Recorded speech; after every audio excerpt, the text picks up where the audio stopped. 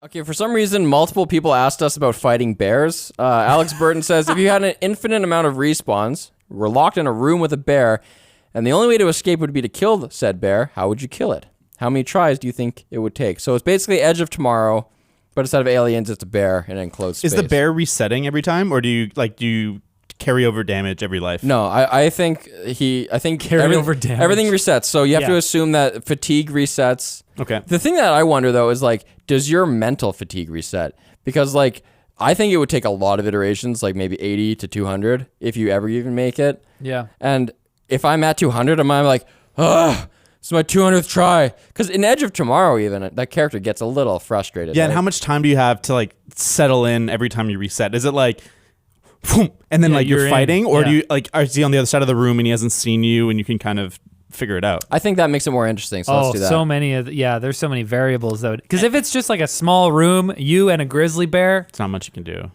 like my number one strategy would probably be to try and get on its back and chokehold it. Oh my God. I think there's too much like meat. I don't think they're the jugular. What else are you gonna do?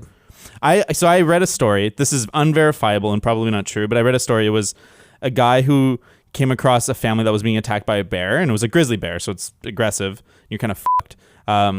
But the grizzly got the best of him and had him like halfway down his throat. What? And so his arm was like being bitten off, and he managed to bite the bear in the neck and killed it. He severed the jugular and killed the bear. And he's like, he lost his arm and it was like basically dead. And there was people there to get him help, so he survived.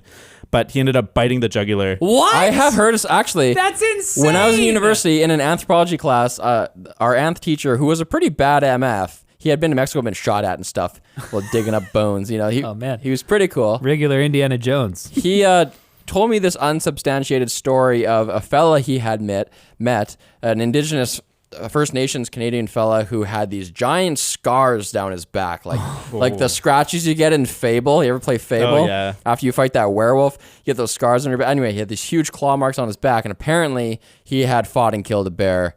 I think he like pinned it against something and basically hugged it and had bit it at its neck until he'd chewed through it. Wait, so that's the way to kill bears? Bite at the neck? Apparently. You heard it here. You want to survive? That seems like a lot of flesh to get through. I mean, this is two anecdotes. It seems like the evidence is piling up. There's that guy in Quebec who punched one in the nose. I think that's probably a good way. Your hands aren't going to do much damage. we're not Maybe like ripping the eye, like gouging the eyes out. Yeah, but then he's just blind. Yeah, but that's a pretty big advantage. Yeah, but you gotta kill. You gotta kill it. Do you think any kind of like arm bar, any kind of like bending its paw the wrong way and like breaking its limb, like any kind of jiu-jitsu would work? I think Like an but Americana? you'd be such different types of leverage because their joints are so different. Where like what you'd expect to hurt on a human would just be like, and you just pull you back. Well, you got lots of iterations. And That's also, true, if they're anything like cats, you know, they're basically just snakes with limbs. What about the butthole? You, gentlemen, I have something to propose. Have we considered the butthole? Seriously.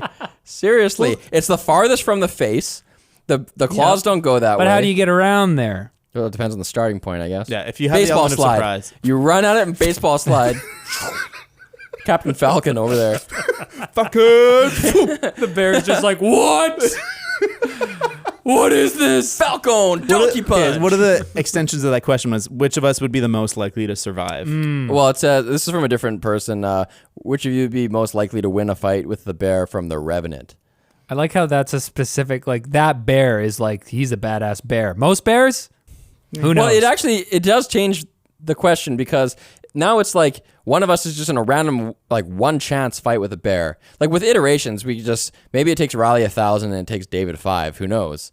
But with this situation, we could all just die, or maybe one of us is the most likely to live. You know, lanky people have more strength than you think based on looking at them because our muscles are longer, so they look skinnier, but really they have just as much mass. Leverage works against you, though.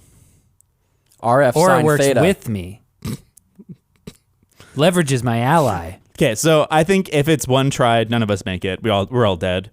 But who's most likely? Who's most likely? Sorry, Riley. It's I not think me. it's between me or James. Wow, screw you guys. I actually think it's David. I just feel like he's got... Who's got reach, though?